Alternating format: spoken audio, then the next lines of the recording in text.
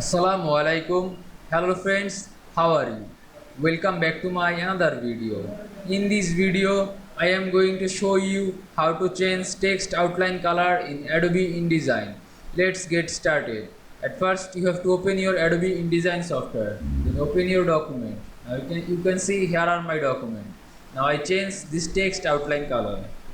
At first, I have to select this text. Then go to properties option and you can see here a stroke option.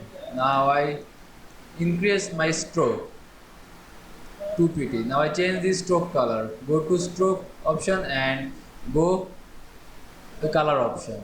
Now you can see here are a color option. Now I choose this yellow color. Then select this selection tool. Then click outside of this text box. Now you can see I change text outline color in Adobe InDesign very easily. I hope you enjoyed my video. Please like, comment, share and subscribe my channel. Thanks for watching.